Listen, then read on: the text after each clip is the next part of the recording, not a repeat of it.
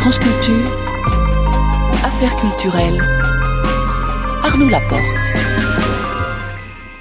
Vers 19h50 chaque soir, un nouveau rendez-vous qui durera le temps du confinement. Chaque soir, une parole d'artiste pour un conseil culturel ou des conseils. Ce soir, c'est l'écrivain Simon Johannin qui nous livre son ou ses coups de cœur parce que l'art et la culture sont plus que jamais nécessaires. Alors, quels conseils nous donnez-vous, Simon Johannin ?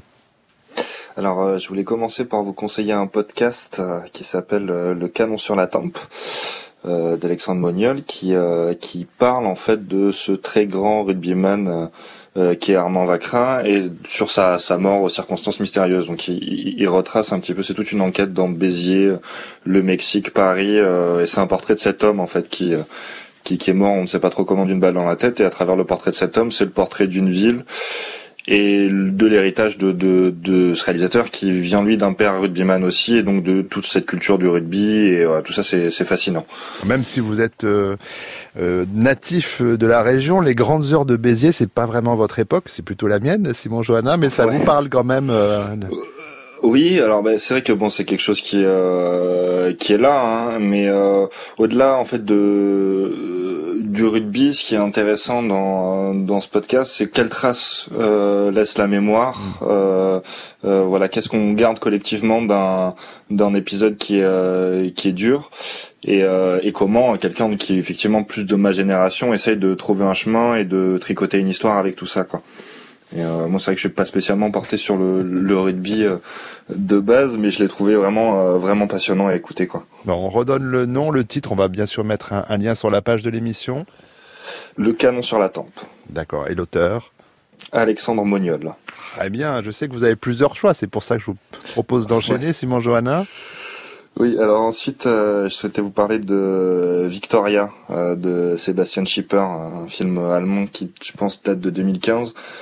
Qui est complètement incroyable. En fait, c'est un film qui est réalisé en une seule prise, un plan séquence de plus de 2 heures, et qui raconte l'histoire donc de Victoria, qui est une jeune fille perdue dans le Berlin de l'époque où les clubs étaient encore ouverts, donc quand même un Berlin particulier, et qui rencontre une bande de loupards, quoi, de garçons qui sont un peu plus vieux qu'elle, et il y a une relation qui se tisse. On comprend pas trop où ça va, mais on sait que ça va partir en vrille. Très rapidement, on le sent. On sent qu'elle est dans une mise en danger volontaire, et qu'elle a la plus grande chose qui l'accroche, et qu'eux sont dans des histoires qui vont la dépasser, quoi. Et alors tout est absolument comment dire, enfin vraiment impressionnant dans la manière dont c'est filmé. Le jeu d'acteur est incroyable, et il y a rien qui est prévisible. C'est ça qui est extraordinaire. C'est-à-dire qu'on les suit sur la fin d'une nuit, et en 2h20 on capte toutes leurs émotions, et on traverse ce qu'ils traversent pour les laisser là où ils finissent. Mais c'est vraiment, je pense que en termes de cinéma, c'est un des films qui m'a le plus marqué ces 5 dernières années. Ouais. Oui, puis c'est d'ailleurs pour le coup un univers qui est davantage proche du vôtre, enfin en tout cas de vos écrits, Simon Johannin. Et puis, je sais qu'il y a un livre, et alors là, j'ai vu son titre, c'est un de mes auteurs fétiches, un de mes livres fétiches, Je vous laisse l'annoncer. Oui, c'est Mes amis d'Emmanuel Bove. Parce que je pense que vu qu'on a le temps pour ça en ce moment, lire et relire Bove, c'est vraiment un conseil que je peux donner à celles et ceux qui souhaitent traverser avec moins de peine cette période étrange. Et Mes amis en particulier, parce que je trouvais qu'il était à propos dans la mesure où c'est quand même l'histoire d'un mec qui, plutôt que d'aller au boulot, décide d'aller draguer la fille de son patron à la sortie du conservatoire, entre autres anecdotes.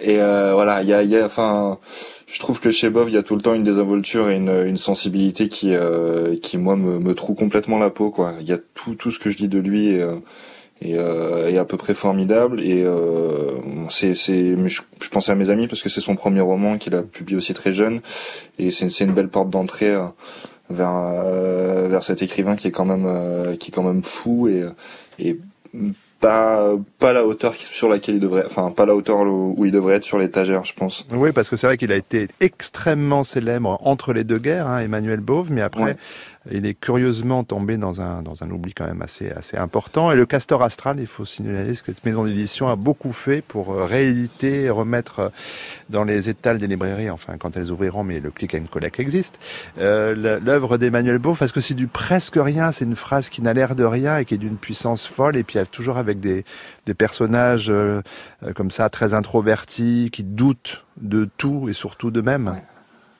Oui, qui doutent d'eux-mêmes et qui doutent de leur capacité à faire de l'argent et qui doutent à leur capacité un peu moins quand même, mais quand même de séduire. Enfin, voilà, c'est souvent des pauvres types sympas en fait. C'est ça que j'aime beaucoup. C'est qu'à la fois c'est des pauvres types sympas et en même temps bon et voilà ils sont terriblement humains et c'est vraiment que des histoires de personnes qui sont inadaptées à leur environnement, qui sont trop sensibles pour s'en sortir, mais en tout cas qui nous font plaisir quoi. Ouais, et ce qui nous fait très plaisir, ce sont ces 3 beaux conseils signés Simon Johannin. Merci beaucoup à vous et au plaisir d'une prochaine fois. Ouais, merci à vous, au revoir.